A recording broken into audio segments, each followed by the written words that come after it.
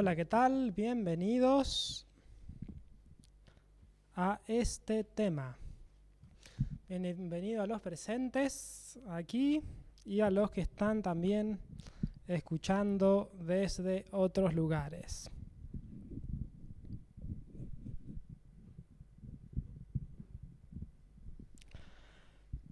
Hoy quiero compartirles la parte 2 de un tema titulado El pecado de Meroz. ¿Se acuerdan los presentes que habíamos visto algo sobre su historia? Allí en Jueces, capítulo 4 y 5.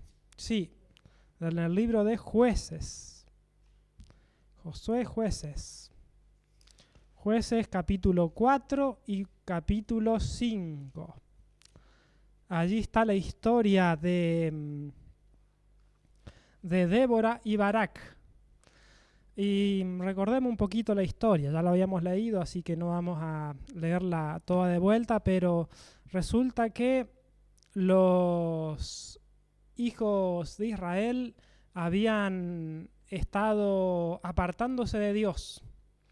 Se habían apartado de Dios, habían caído en apostasía y entonces Dios retiró su mano protectora de su vida. Y vino un rey, el rey Javín, y empezó a hostigarles. Y los dominó completamente. Este rey Javín tenía un capitán del ejército, un general, podríamos decir hoy en día, que era muy cruel con ellos. Y tenía, dice, 900 carros herrados, carros de hierro. Hoy diríamos, no sé, la tecnología de punta, aviones o algo similar, y ellos habían sido despojados hasta de sus espadas. No tenían ni lanzas. Entre los hijos de Israel les habían sacado todas las armas, cosa que no pudiesen ellos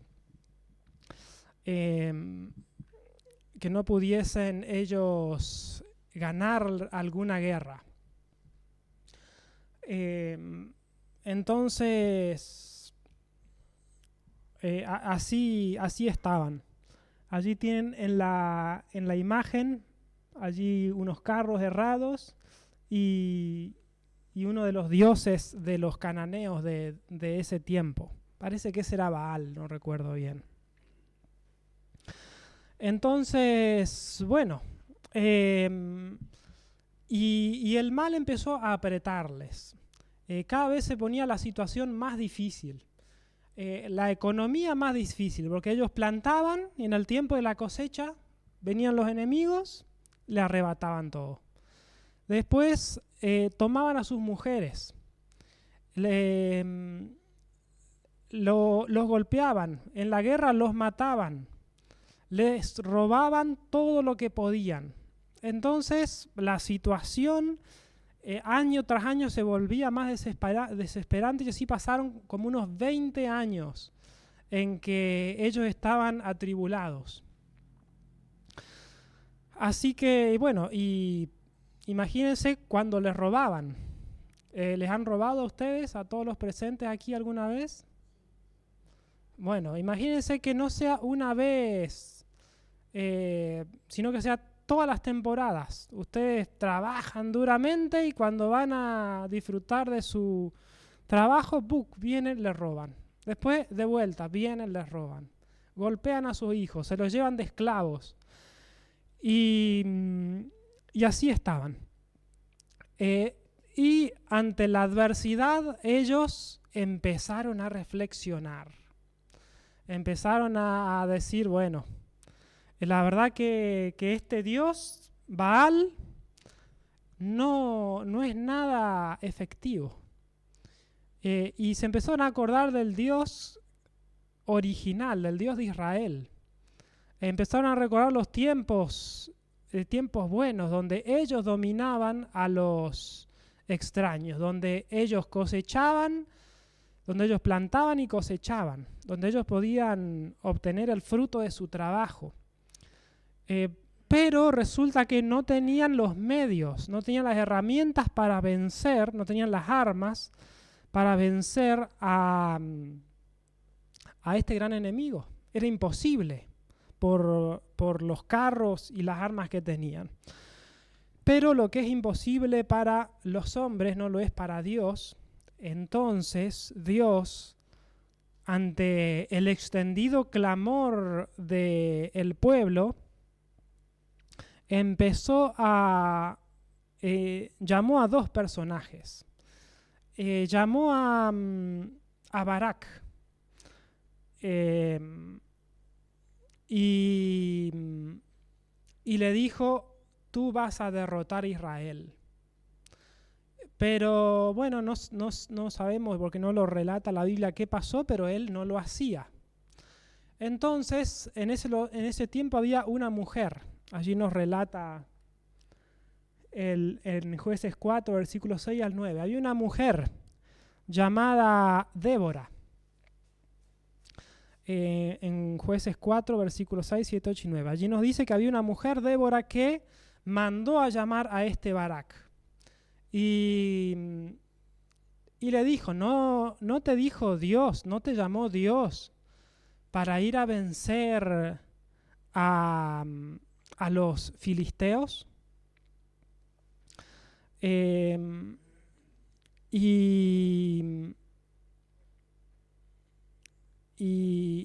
bueno, y le dijo: toma a 10.000 hombres y ve a presentarle batalla. ¿Y qué dijo este personaje? ¿Qué dijo Barak? ¿Qué respondió? ¿Se acuerdan? Le dijo: no, yo no voy a ir, pero si tú vas conmigo, le dijo a la mujer, ahí voy a ir. Fíjense qué cobarde que era. Tenía tan poca fe que le pidió a una mujer que vaya a la guerra. Y si no, no iba a ir él. Así respondió. Y bueno, y ella le dio una buena reprensión. Bueno, le dijo: voy a ir, pero vos no vas a ser el que reciba la gloria, el que reciba la honra, como el gran capitán. No, sino yo, porque no tuviste fe, te faltó la fe. Entonces no vas a figurar ahí, va a figurar una mujer. Y bueno, y haciendo una aplicación para los tiempos, para estos tiempos finales, está profetizado, y bueno, ya lo vemos de los tiempos de Jesús. En los tiempos de Jesús no fueron llamados a la obra los grandes maestros, los grandes religiosos, sino a quién llamó Jesús para su gran obra de diseminar el evangelio a todo el mundo. ¿Se acuerdan a quién? ¿Qué trabajo tenían estas personas? Eran pescadores, eran simples personajes. Los llamó por una gigantesca obra. De este Barak que estamos viendo la historia, tampoco se nos dice que era un gran guerrero, un gran ejército, no se nos dice nada. No se le ve ni genealogía. Alguien desconocido. Pero se lo llamó para libertar al gran pueblo de Israel, para hacer una obra que había humanamente muchos más preparados. Pero resulta que los preparados no tenían la fe, el espíritu ni la consagración. Y uno de los más consagrados, fíjense el temor que tenía. Tenía miedo de ir solo, sin esta profetisa. Así que, ¿cómo serían los otros? ¿Cómo estarían los otros? Imagínense. Bueno, en Génesis 2, en Joel 2, 28 y 29, nos dice que Dios va a llamar a muchas personas, a personas comunes. Dice que Dios va a llamar a los hijos y a hijas. Va a llamar a siervos y a siervas. Joel 2, 28 y 29. Joel capítulo 2, versículos 28 y 29. Allí dice que Dios suscitará a hombres y mujeres entre la gente corriente para hacer su obra. Eso también dice en un libro hablando sobre este texto llamado Eventos de los Últimos Días, en la página 174. Dice que Dios va a llamar de la gente corriente para hacer su obra, así como en la antigüedad llamó a pescadores. Entonces, bueno, atención, que nosotros somos gente corriente. Entonces, Dios nos está queriendo llamar para hacer su obra. Bueno, en esta historia se nos relata también que el pueblo israelita eran muchos. ¿Recuerdan tribus cómo se llamaban? Las 12 tribus de Israel, ¿se acuerdan alguna? Judá, ¿cuál más? Los hijos de Jacob. Leví, ¿cuál más?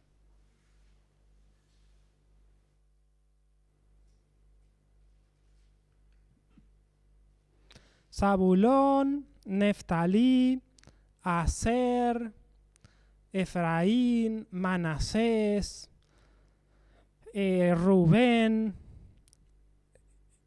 Isaacar, Galaad, Gad. Bueno, eran 12 tribus y todos fueron llamados a la guerra.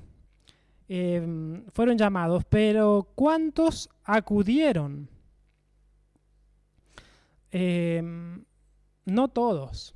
Algunos sí, otros no. Podemos ver allí, por ejemplo, en el versículo 16, dice que Rubén se quedó entre los rebaños. Fue llamado a la guerra porque estaba este gran ejército poderoso. Dice que Rubén se quedó entre los rebaños. Galaad se quedó al otro lado del Jordán, al otro lado del río, donde era más difícil que lo ataquen. Dan se quedó junto a las naves, allí en la costa se quedó Dan. Pero hubo otros que no. Dice que el pueblo de Zabulón expuso su vida a la muerte. Dice que Neftalí fue y peleó contra reyes y contra esos carros errados. Y ellos pelearon no solamente por ellos mismos, sino por todos, porque después la recompensa se la iban a llevar todos. A veces pasa que en algún trabajo, en alguna actividad, no todos trabajan, sino que algunos nomás trabajan. Pero después las ganancias, la recompensa se lo llevan todos.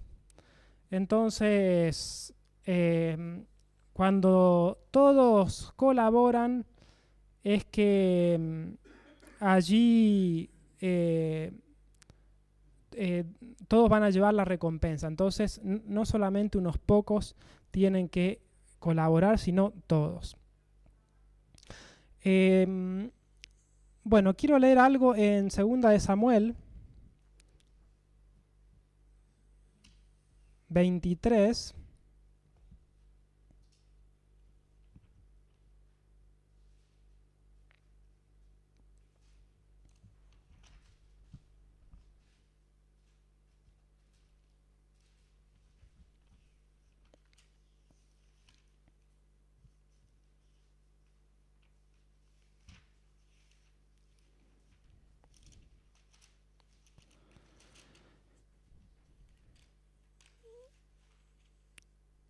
Segunda de Samuel 23, 9 y 10.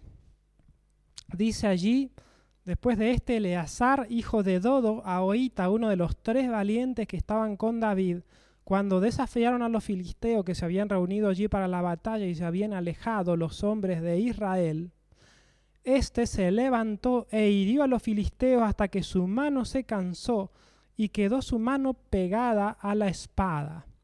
Aquel día Jehová dio una gran victoria y se volvió al pueblo en pos de él, tan solo para recoger el botín. Fíjense este Eleazar, hijo de Dodo, qué tremendo poder que tenía. Dice que el pueblo de Israel había retrocedido, había huido ante la batalla. Digamos que había perdido el pueblo de Israel. Y todos empezaron a huir para salvar su vida. Pero ¿qué hizo? ¿Salió huyendo con todos? No. Este personaje tenía una fe poderosa. Y él se quedó en ese campo de batalla a enfrentar a las decenas, cientos o miles de filisteos que se habían reunido ahí para la batalla. Seguramente había jinetes, caballos, personas a pie, carros. Él se quedó ahí en ese campo. ¿Y qué hizo? Agarró la espada y mató a muchísimos. Y mató, no sé, parece que a todo ese ejército, o al que no mató, huyó. Y después el pueblo de Israel volvió. Y cuando volvió, ¿con qué se encontró? Se encontró con este Eleazar, se encontró con una montaña de muertos y dice que el pueblo de Israel solo volvió ¿para qué? Para la recompensa, para el botín. Solo para eso. No volvió para ayudarle a la guerra, a perseguir a sus enemigos, no. Para el botín volvió el pueblo de Israel. Me recuerda a algunas personas que en ciertos trabajos van solo para cobrar. En el día de cobro, ahí eso seguro, no se lo pierde, ¿no? Pero después en el otro momento, no, ahí no están. Bueno, así le pasó al pueblo de Israel. Para la batalla huyó, para el botín, ahí quedó. Este personaje expuso su vida. Ahí en Mateo 10:39 nos dice de que el que quiera ganar su vida la perderá, y el que la pierda por causa de mí la ganará. Así también le pasó a este personaje Eleazar. Imagínense él quedándose contra todo ese ejército. Lo más seguro era que su vida la iba a perder. Pero él no estimó su vida, sino la orden de Dios. Le fue más importante que su propia vida. Entonces, esta es una gran lección para nosotros, de que pongamos en primer lugar las cosas de Dios. Y después, nuestras cosas, nuestra vida, nuestra familia, dice el Señor de que demos el primer lugar a el Señor, y todas las demás cosas van a ser añadidas. Este Eleazar lo hizo a costa de su vida. Imagínense esos guerreros filisteos. Eran poderosos, tenían caras de leones, pero él se enfrentó por el poder de Dios. Bueno, y bueno, aquí viene el texto central de nuestro relato, allí en Jueces 5, 23.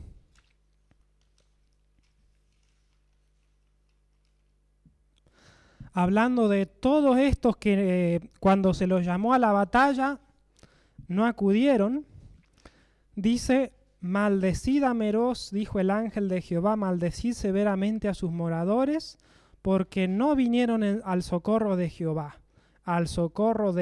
contra los fuertes. Entonces, fíjense que a este pueblo le cayó una maldición de Dios. No porque habían hecho grandes pecados, no porque habían violentado, no porque habían traicionado a la causa de Dios, sino porque no habían venido a ayudar. Dice la inspiración de que no tenían pecados especiales, pecados que requieran un desgarramiento del corazón, sino su problema, la gran maldición, era porque confundían la forma de la piedad con su poder y se creían ricos y sin necesidad de nada. O sea, ellos la teoría la tenían. Tenían la teoría de que ellos estaban mal porque se habían apartado de Dios, conocían los 10 mandamientos, tenían la palabra de ese tiempo, pero lo que no hicieron, ¿qué fue? No ir a la guerra. Y por eso, por no ayudar, por no colaborar, por tener la teoría de la verdad, pero no la práctica, entonces es que se los maldice duramente. Y la maldición no es para ellos, sino que dice que es también para nosotros. Va a recaer esa maldición sobre los cristianos infieles. Sobre los cristianos infieles, sobre todos aquellos que son apáticos, todos aquellos que no prestan atención, todos aquellos que no se mueven, que no hay actividad, que solamente tienen la teoría y no la práctica, sobre ellos dice que va a caer esa maldición. También sobre los que han fallado en acudir a colaborar en la obra de Dios, como es nuestro privilegio hacerlo. Cada tanto Dios nos presenta oportunidades para la obra misionera. Hablarle algo a alguien, compartirle la fe, darle un folleto. Y como el pueblo de Israel tenemos dos opciones: hablar, asistir o quedarnos cómodos en nuestra casa. Y el Señor, por un lado, felicita al que acude en ayuda del Señor. Por otro lado, maldice al que en tiempo de necesidad no acude. Algo fuerte, algo que tiene que motivarnos a cuando se hacen llamados a asistir, a cuando hay oportunidad de hablarle algo a alguien, hablarle de la fe, no quedarse callado. Y se pregunta, ¿no? Bueno, ¿qué había hecho Meroz? ¿Qué había hecho Meroz? Nada, tal era su pecado. La maldición de Dios cayó porque no habían hecho nada. Hay quienes tienen medios, hay quienes tienen talentos para usar para el Señor. A todos Dios nos ha dado talentos y medios. Quizás no vayamos a predicar como grandes predicadores, pero sí Dios nos dio medios, nos dio recursos para hacer avanzar la obra, o nos dio nuestras manos para colaborar en alguna cosa, y cuando se nos llama hay que acudir en pos del Señor. A veces somos tibios, como la Odisea. No se está ni a favor ni en contra, ni fríos ni calientes. Y bueno, ¿qué hace cuando somos tibios? Allí en Apocalipsis 3, 14 en adelante nos dice qué pasa con los tibios. ¿Se acuerdan? ¿Cómo? Bien, los vomita. Hay una relación entre este Meroz y entre este entre la iglesia de la Odisea. Dice de que Dios los rechazará con repulsión. A los que han tenido gran luz, grandes oportunidades, ventajas espirituales y se postran, dice, delante de Dios y delante de Mamón, como un símbolo. O sea, en el sábado estamos en la iglesia, en la semana estamos en el mundo. Dice que a ellos se les aplica la maldición. Y así para aplicarlo a todos los aspectos de la vida. En esta época de la historia tenemos la mayor de las luces. Se nos ha hablado con respecto a todos los temas pertinentes y el Señor dice así, ¿no? De que al que han tenido gran luz y no han caminado en ella, la maldición de Dios estará sobre ellos. Dice que, después hay una cita bastante fuerte que dice: de aquellos que se jactan de su luz y sin embargo no andan en ella, Cristo dice: por tanto os digo que en el día del juicio será más tolerable el castigo para Tiro y Sidón que para vosotros. Y tú, Capernaum, y fíjese a qué aplica la palabra Capernaum. Dice: y tú, Capernaum, allí puedes ponerte el nombre de tu religión. Si tú que estás escuchando a través de la radio, de los medios, eres evangélico, pentecostal, católico, adventista, bueno, y tú, adventista, que has tenido gran luz, dice que eres levantado hasta el cielo en materia de privilegios, hasta el Hades serás abatido. Porque si en Sodoma se hubieran hecho los milagros que han sido hechos en ti, habría permanecido hasta el día de hoy. Fíjense qué texto fuerte allí escrito, porque nos dice de que si somos tibios, si no seguimos la luz que Dios nos dio, Dios prefiere que seamos, dice, como Tiro, como Sidón, como Sodoma y Gomorra. Los de Sodoma y Gomorra, están caracterizados por el homosexualismo y la pedofilia y otro sinnúmero de crímenes. Dios nos está diciendo de que prefiere que seamos eso y no un adventista que sabe la teoría pero no la obedece.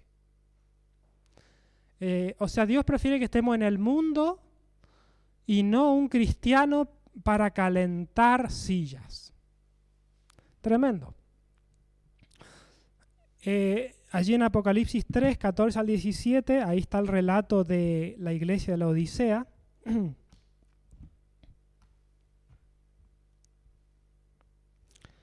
Allí nos habla sobre esta iglesia tibia. Allí dice: yo conozco tus obras, que ni eres frío ni caliente. Ojalá fuese frío o caliente, pero por cuanto eres tibio y no frío ni caliente, te vomitaré de mi boca. Bueno, entonces, si Dios aborrece un pecado más que otro, es que su pueblo no haga nada en caso de una emergencia, la indiferencia, una actitud neutral en medio de una crisis religiosa. Bueno, este es otro punto también importante. En las iglesias suele haber crisis, diferentes tipos de crisis. Por ejemplo, voy a mencionar algunas. Por ejemplo, una iglesia va a adorar en sábado o en domingo. Una iglesia va a promover la reforma pro salud o va a promover una alimentación casi mundana. El pueblo de Dios se va a vestir bien o mal. Está entrando música indebida al pueblo de Dios, están entrando representaciones teatrales, culto, celebración, y hay ecumenismo en el pueblo de Dios. Alguien está trayendo mentiras al pueblo de Dios, predicando el error. Hay tres posiciones que se toman ante el avance de los problemas en la iglesia. Está el que sigue la mentira, el que se pone detrás de la fila de la mentira o de los cristianos lai. Está el que no está con uno ni con otro, no dice nada, no hace nada, está nomás. Y está el que se pone firme de parte de la verdad, el que batalla, el que lucha contra lo que se está haciendo mal. De los tres, ¿cuál es la peor posición? ¿La que se pone en lucha activa, la que no hace nada o la que se pone de parte del error? Bueno, fíjense que el caso de la Odisea, el caso de Meroz, nos dice de que es más culpable el que no hace nada en caso de una emergencia. El que, incluso peor del que se pone detrás del error, es el que no hace nada. Entonces, cuando haya alguna dificultad en la iglesia que arreglar, cuando haya que hablar con un hermano que hizo lo malo, o sea con un pastor, con un diácono, con el que sea, hay que hablar las cosas. No hay que quedarse callado ni ponerse de parte del error, sino tenemos que tomar parte activa. Dice de que en estos últimos tiempos tenemos que dar un testimonio tan claro como el de Juan el Bautista. Dice que los predicadores tienen que dar un testimonio más definido que el de Juan el Bautista. Y fíjense que Juan el Bautista fue bien claro. Había un rey en adulterio y le dijo, vos estás en adulterio. ¿Y cómo le fue? Por decir eso. Lo mataron. Y a veces a uno le da vergüenza corregir a otro. Pero no tiene que ser así. Dice que los que predican cosas apacibles, Dios no los reconocerá como sus pastores. Hay pastores actualmente que todo amor, paz y prosperidad. Hay algunas iglesias que se llaman la iglesia de la prosperidad. Y todos contentos con los pastores que predican todo bonito y que me felicitan. Pero ¿qué pasa cuando el pastor te reprende? Te señala tus pecados. Uno se enoja, ¿no? O tiende a enojarse, pero no hay que hacerlo. Si el pastor predica todo bonito y ninguna reprensión, dice de que Dios no lo reconocerá como sus pastores. Así que bueno, no nos enojemos si la predicación está muy fuerte.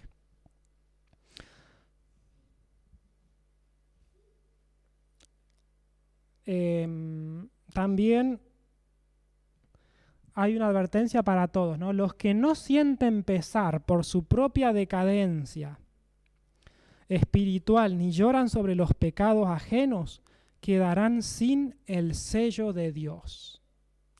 Así que no hay que preocuparse solamente por uno, sino por el resto. Hay que orar por el resto del pueblo. Hay que orar al Señor y hay que preocuparse por los pecados existentes. Ese es el plan del Señor. Y en 2 de Pedro 2:1 nos dice que va a haber falsos profetas en el pueblo, falsos maestros, pastores tibios podríamos llamarle. Y dice que hay terribles amenazas para los que predican la verdad, pero no están santificados por ella. Fíjense las tremendas amenazas de castigo. En primer lugar, para los que predican, pero no son santificados por ella. Es como el pastor que está en el púlpito los sábados y domingos y después en la semana está robando, mintiendo, está estafando, está teniendo mal comportamiento, se alimenta mal, se viste mal, no vive la verdad que predica. Hay una terrible condenación. Pero también hay una terrible condenación para los que consienten en recibir y conservar al ministro no santificado para que les ministre en palabra y en doctrina. O sea que la condena no es solamente para el ministro. Como el dicho ese, de que la culpa no la tiene... Ajá, ahí está, la culpa no lo tiene el chancho, sino el que le da de comer. Lo mismo dice esta cita. Hay pastores que no son santificados por la verdad y los miembros tienen que sacarlo. Porque si no, también dice que va a haber ese castigo, esas amenazas de castigo, dice allí. Bueno, y en este otro texto dice lo mismo, ¿no? Que se pronuncia un ay sobre los que predican la verdad pero no obedecen. Los que no santifican su vida. Y bueno, y no solamente para los ministros, sino un llamado para todos. No es suficiente el simple hecho de profesar creer la verdad. O sea, todos necesitamos una consagración más completa, porque no nos estamos entregando completamente al Señor. Nos están quedando pecados, prácticas, costumbres del mundo y el Señor nos quiere mostrar de que de esa forma no vamos a llegar. Entonces quiere advertirnos de que Satanás está ganando lugar. Dice otro texto que me llamó la atención, dice así: algunos, en su condición tentada, atribuyen las dificultades y perplejidades del pueblo de Dios a los testimonios de reproche que les han sido dirigidos. Piensan que la dificultad estriba en aquellos que dan el mensaje de amonestación, que señalan los pecados de la gente y corrigen sus errores. Muchos son engañados por el adversario de las almas. Piensan que las labores de los hermanos White serían aceptables si no estuviesen continuamente condenando lo malo y reprendiendo el pecado. Me fue mostrado que Dios nos ha impuesto esta obra y cuando se nos impide,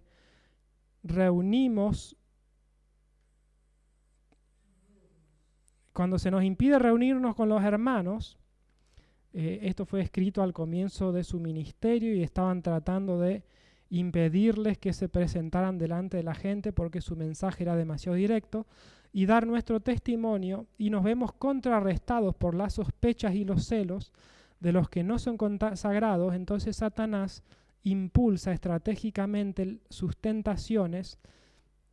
Los que han estado siempre de parte de los que dudan se sienten libres para sugerir sus dudas e insinuar su incredulidad. Algunos tienen dudas puntillosas y aparentemente concienzudas y muy piadosas que dejan caer con cautela, pero tienen 10 veces más poder para fortalecer a los que están en el error y para disminuir nuestra influencia y debilitar la confianza del pueblo de Dios en nuestra obra, que si se nos opusiesen más francamente. Entonces en este relato dice de que estos personajes estaban continuamente amonestando y corrigiendo. ¿Y qué pasó con la gente? ¿Le gustó? No le gustó nada que le señalen sus errores. Y entonces empezaron a sugerir dudas con respecto a la obra de ellos, sobre sus intereses. Y bueno, y dice que sugerir esas dudas era peor que incluso oponérsele abiertamente. O sea, iban por detrás, hablando, sembrando semillas de incredulidad. Eso era peor que la oposición directa. Entonces, bueno, acá viene una amonestación personal para cada uno. Porque generalmente no nos gusta que nos digan nuestro error, nuestro pecado. Si alguien nos quiere corregir, nuestro orgullo enseguida dice, no, no es así, vos también. Entonces, la advertencia es que no nos pase esto. Que cuando nos vengan a corregir, no seamos como esta gente que enseguida trata de evitar estos. Dice que estas almas piensan que están bien, pero son ciegas, pobres y miserables. Están haciendo la obra de Satanás, pero creen que tienen celo por Dios. Eso también es tremendo. La condición tibia, creer que uno está en el camino cuando estás completamente afuera.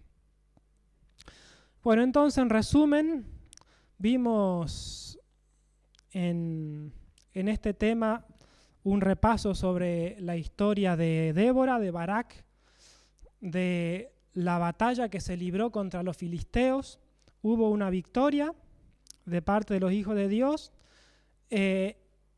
pero hubo también una triste historia de Meroz, de los que no acudieron en ayuda del Señor.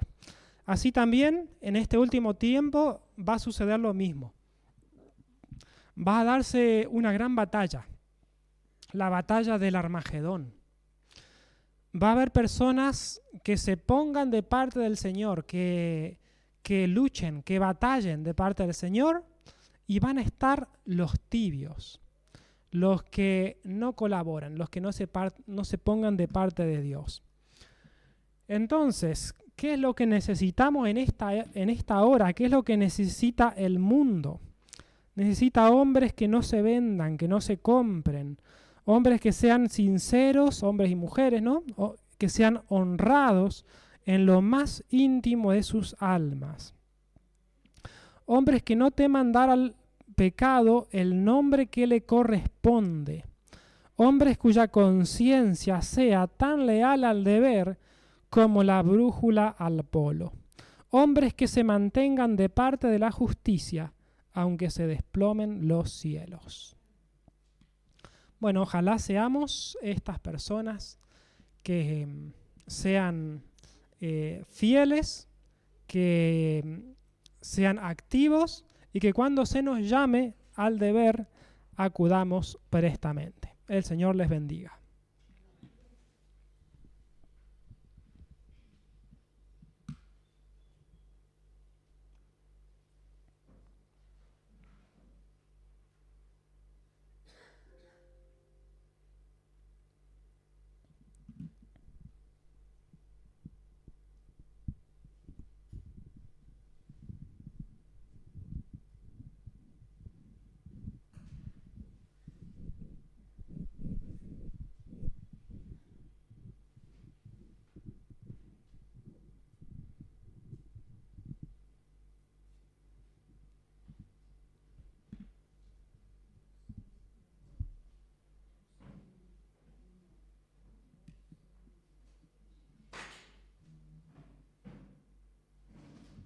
Vamos a ponernos de pie y cantar.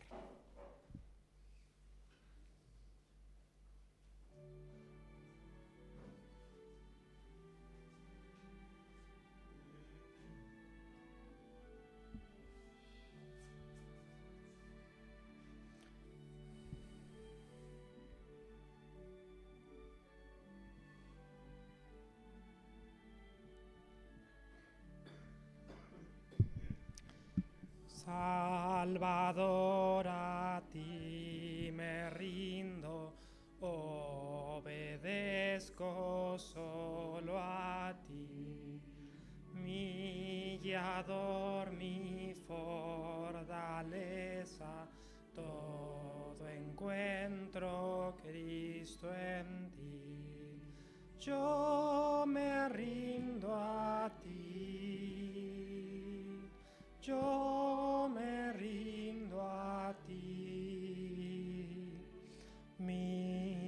flaqueza, mis pecados, todo rindo a ti. Te confiesa su delito, mi contrito corazón. Oye, Cristo, mi plegaria, quiero en ti tener perdón. Yo me rindo a ti. Yo me rindo a ti. Mis flaquezas, mis pecados, todo rindo a ti. Oh Señor, entrego bienes, goces y placer.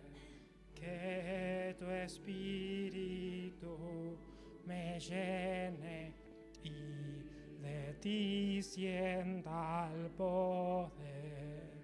Yo me rindo a ti. Yo me rindo a ti. Mis flaquezas, mis pecados, todo rindo a ti. Oh, qué gozo encuentro en Cristo, cuánta paz a mi amada. A su causa me consagro y su amor será. Yo me rindo a ti. Yo me rindo a ti. Mis flaquezas, mis pecados, todo rindo a ti.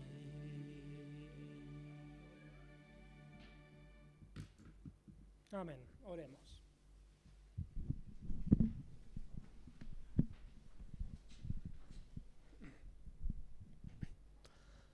Querido Padre que estás en los cielos, te damos gracias, Señor, por todas tus bendiciones. Agradecemos porque hemos podido tener un momento de reflexión en tu palabra.